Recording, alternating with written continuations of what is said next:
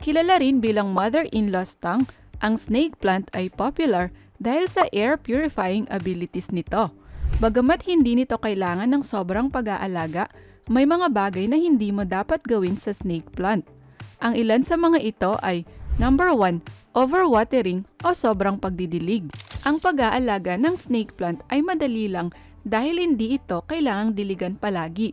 Sa katunayan, kailangan munang patuyuin ang lupa nito bago diligang muli.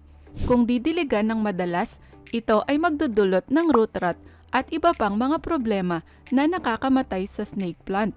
Humihina at lumalambot ang mga dahon ng snake plant dahil sa sobrang pagdidilig. Nagiging dilaw ang mga dahon nito at maaaring malagas, na sign ng overwatering o pagkabulok ng mga ugat. Kaya naman, dapat iwasan ang overwatering upang mapanatiling healthy at mapalago ang iyong snake plant. In general, ang snake plant ay dapat diligan every 2 to 3 weeks, depende sa temperature at humidity ng lugar. Mas maganda rin kung ang gagamiting tubig sa pagdidilig ng snake plant ay room temperature, hindi mainit o malamig. Kung ito ay nasa labas ng bahay, siguraduhin na mamasa-masa o moist ang lupa nito pero hindi basang-basa. Tanggalin ang sobrang tubig mula sa plant saucer pagkatapos magdilig. Iwasan din na mabasa ang mga dahon nito kapag nagdidilig. Dahil kinaklasify ang snake plant as succulent, ang mga dahon nito ay nagsisilbing imbakan ng tubig. Number 2, paggamit ng clay soil o moist growing medium. Bukod sa sobrang pagdidilig, ang mga ugat ng snake plant ay maaaring mabulok dahil sa klase ng lupa o growing medium na pinagtaniman nito. Kung hindi tama ang lupang gagamitin, posibleng magkaroon ng root rot ang iyong snake plant. Ang paggamit ng potting soil mix na may high percentage ng peat ay makakasama sa snake plant dahil pinapanatili nito ang sobrang tubig. Kapag nababad sa tubig ang snake plant, ito ay magdudulot ng root rot, pagkalagas ng mga dahon at iba pang mga problema. Ang mga halamang bahay tulad ng snake plant ay mainam itanim sa lupang madaling matuyo. Mas lalago ito kung gagamit ng well-draining potting soil mix. Tulad ng cactus, ang makakapal na dahon ng snake plant ay nagsisilbing imbakan ng tubig. Therefore, good choice ang mabuhanging lupa bilang all-purpose cactus potting soil. Mas mabubuhay din ang snake plant sa lupang hindi masyadong siksik sa nutrients. Iwasan ang paggamit ng heavy soil na nagpapanatili ng tubig, kagaya ng clay soil. Kung first time mong magtatanim ng snake plant, mas magandang gumamit ng potting soil na may halong sand o perlite. Best solution din ang soil-less potting mix upang maiwasan ang root rot. Number 3, maling sukat at klase ng paso o pot. Ang snake plant ay lumalaki hanggang 6 feet sa wild. Samantala, lumalaki ito hanggang 3 feet kapag wala sa kanilang natural environment. Kung magtatanim ka ng snake plant, siguraduhing tama ang sukat ng paso. Ang paggamit ng malaking paso sa maliit na snake plant ay hindi advisable dahil kakailanganin nito ng sobrang lupa kung saan mananatili ang tubig. As a result, magiging prone ang iyong snake plant sa root rot. Ang rule of thumb sa pagpili ng tamang sukat ng paso ay dapat mas malaki ito ng 1 to 2 inches in diameter, kasya sa root ball ng halaman. Mas mabubuhay ang snake plant sa pasong malawak, ngunit mababaw at maraming drainage holes. Dahil malakas ang ugat ng snake plant, dapat ding iwasan ang plastic na paso dahil pwede itong pumutok o mabasag agad. Mas magandang gumamit ng paso na gawa sa clay, terracotta at ceramic. Pero kung gusto mong maiwasan ang overwatering, best choice ang terracotta pot dahil inaabsorb nito ang excess water. By the way, please subscribe to our channel at sabay-sabay nating tuklasin ang mga benefits at side effects ng iba't ibang klase ng halaman. Kami ay nag-a-upload ng video tuwing Tuesday at 6 p.m. Number 4, hindi nililipat ng paso o nut repotting. Gaya ng sinabi ko kanina, ang tamang sukat ng paso ay mahalaga upang mapanatiling healthy at mapalago ng ayos ang halaman. Kung maliit pa ang iyong snake plant, kakailanganin ito ng mas malawak at malalim na paso habang lumalago. Pero kung hindi mo ito ililipat ng paso o iriripat, ito ay magiging at risk sa pot bound. Ang pot bound na snake plant ay mawawalan ng potting mix dahil mapupuno ng ugat ang paso nito. Mahihirapan itong mabuhay dahil sa kakulangan ng tubig at nutrients.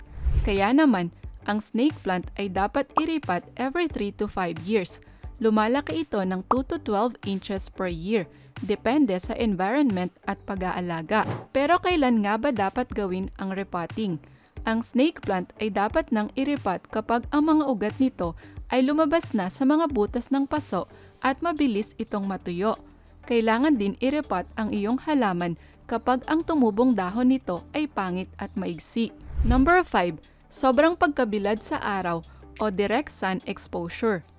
Ang snake plant ay kilala sa kakayahan nitong mabuhay ng direkta sa araw at low light conditions. Gayunpaman, mas lalago ito sa bright light conditions na may kaunting liwanag ng araw at lilim. Kung mabibilad ng matagal sa araw, ang snake plant ay masusunog at masisira ang mga dahon nito. Kaya nitong mabuhay ng may kaunting lilim, pero kapag kinulang sa liwanag, puputla ang kulay at magiging bansot ang iyong snake plant. Therefore, ang snake plant ay dapat ibilad ng 8 to 10 hours sa indirect sunlight o kaunting oras sa direct sunlight tuwing umaga. Pwede rin itong ilagay sa beranda o patio para maarawan. Kung hindi naman maaraw sa lugar mo, pwedeng ilagay ang snake plant sa bintana kung saan maliwanag sa umaga. Additional tip, iwasan mong ilipat agad ang snake plant mula sa low light area papunta sa direct sunlight dahil pwedeng ma-shock ang halaman. Kapag maglilipat ka ng mga halaman mula sa madilim papunta sa maliwanag na lugar, i-expose ito ng paunti-unti sa liwanag makalipas ang 1 linggo para hindi ito ma-stress. Number 6. Extreme temperature at humidity. Dahil ito ay native sa Africa, hindi nakakapagtaka na nabubuhay ang snake plant sa mas mainit na panahon, kung saan walang frost o yelo. However, ang snake plant ay lumalago sa lugar kung saan hindi masyadong mainit o malamig. Kung ang temperatura ay magtatagal ng mababa sa 60 degrees, babagal ang paglago ng snake plant.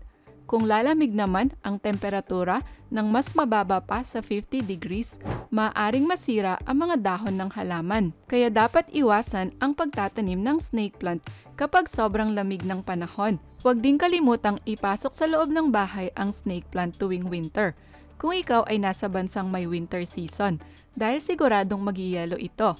Mas maganda ring magtanim ng snake plant tuwing spring o summer, pero iwasan itong ibilad sa direct sunlight ng mahabang oras kapag lumagpas ang temperatura sa 100 degrees. Kung gusto mong mag-alaga ng snake plant sa loob ng bahay, panatilihin ang temperature sa 65 at 85 degrees para mapalago ito ng maayos. Iwasan mo ding ilagay ang iyong snake plant sa loob ng banyo dahil mas gusto nito ang dry areas, tulad ng sala o kwarto.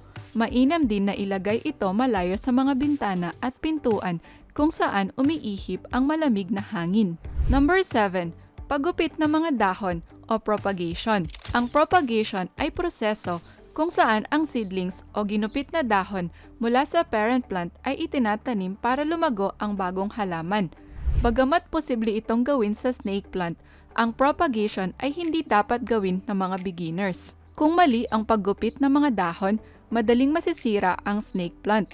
Isa pa, ang bagong tubo na snake plant ay posibleng hindi ganoon kaganda dahil maaaring wala itong variegations o iba't ibang kulay na pattern sa mga dahon. Marami ring problemang mararanasan sa propagation, so ito ay hindi ideal sa beginner. Dapat may kasanayan at kaalaman ka na bago gawin ang propagation para hindi masira ang halaman. Pero kung gusto mong i-propagate ang iyong snake plant, gumamit ka ng matulis na kutsilyo at pumutol ng active growing leaf malapit sa soil line. Number 8. Maling paraan ng propagation. Kung tama ang pagkakaputol mo sa dahon ng iyong snake plant, pwede ka nang mag-propagate. Pero bago yun, kailangan mo munang mamili kung ipopropagate ito sa tubig o lupa. Parehas may pros at cons ang soil at water propagation. Although pinakamadaling gawin ang water propagation dahil makikita mo ang paglaki ng ugat, matagal kang makakapag-produce ng bagong halaman na pwedeng itanim sa lupa gamit ang solusyon na ito. Mataas din ang chances ng root rot at transplant shock sa water propagation. Samantala, Pwede kang magtanim ng iba't ibang variations ng snake plant sa parehong paso gamit ang soil propagation. Bagamat hindi mo makikita ang mga ugat, mas matigas at matibay ito kumpara sa water propagation. Therefore, ang soil at water ay parehong pwedeng gamitin sa propagation, pero dapat mong aralin ang mga cons nito bago subukan. Iwasan din ang paghugot sa snake plant habang pinopropagate. Kung susubukan mo ang water propagation, mas mainam na gumamit ng clear glass para makita ang mga ugat nito at dami ng tubig. Ngayong alam mo na ang mga bagay na hindi dapat gawin sa snake plant, pwede mo nang simulan ang iyong gardening journey. Ngunit bago ka magsimula, siguradong tinatanong mo ang iyong sarili kung madali ba talagang alagaan ang snake plant. Ang sagot, yes, napakadali nitong alagaan. Actually, isa ito sa pinakamatibay at madaling alagaang halamang bahay dahil hindi nito kailangan ng madaming tubig at mas nabubuhay sa dry na lugar. Ang snake plant ay isa sa pinaka-common na halamang inaalagaan ng mga Pilipino. Kailangan lang nito ng tamang hydration at light conditions para lumago sa loob ng bahay. So kung first time mong mag-alaga ng halaman, ang snake plant ay siguradong magugustuhan mo. Bukod sa low maintenance, maganda rin ang mga dahon nito, swak sa dekorasyon sa salas at kwarto. Pero paalala lamang, ang snake plant ay mildly poisonous para sa mga tao. Ayon sa American Kennel Club, ang dahon nito ay toxic sa mga hayop, lalo na sa aso at pusa. Ito ay nagpo-produce ng saponins na nagdudulot ng diarrhea, nausea o vomiting.